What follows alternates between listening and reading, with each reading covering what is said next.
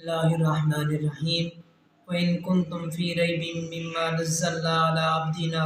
فَأْتُوا بِسُورَةٍ مِّن مِّثْلِهِ وَادْعُوا شُهَدَاءَكُم مِّن دُونِ اللَّهِ إِن كُنتُمْ صَادِقِينَ صدق اللہ العظیم۔ اللہ تبارک و تعالیٰ نے قرآن مجید فرقان حمید کے اندر ارشاد فرمایا، وَإِن كُنتُمْ فِي رَيْبٍ مِّمَّا نَزَّلْنَا، اور اگر تم شک میں ہو اس پر جو ہم نے نازل کیا علی عبدنا اپنے خاص بندے پر، فَأْتُوا بِسُورَةٍ مِّن مِّثْلِهِ،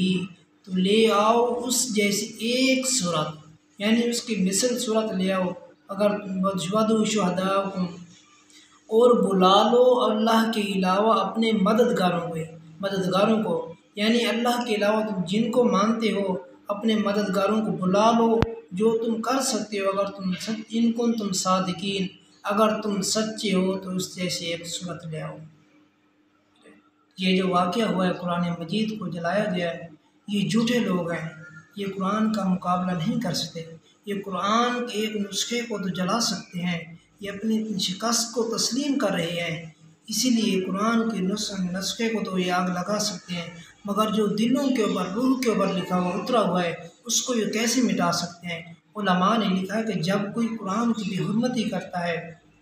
یعنی قرآن مجید کے نسخے کو آگ لگاتا ہے یا جلاتا ہے، تو اللہ تبارک و تعالیٰ ان الفاظ سے اللہ تبارک و تعالیٰ نور کو اٹھا لیتا ہے۔ اسی طریقے سے اللہ تبارک و تعالیٰ نے قرآن میں ارشاد فرمایا، اِنَّا نَحْنُ نَزَّلْنَا الذِّكْرَ وَإِنَّا لَهُ لَحَافِظُونَ، بے شک اللہ نے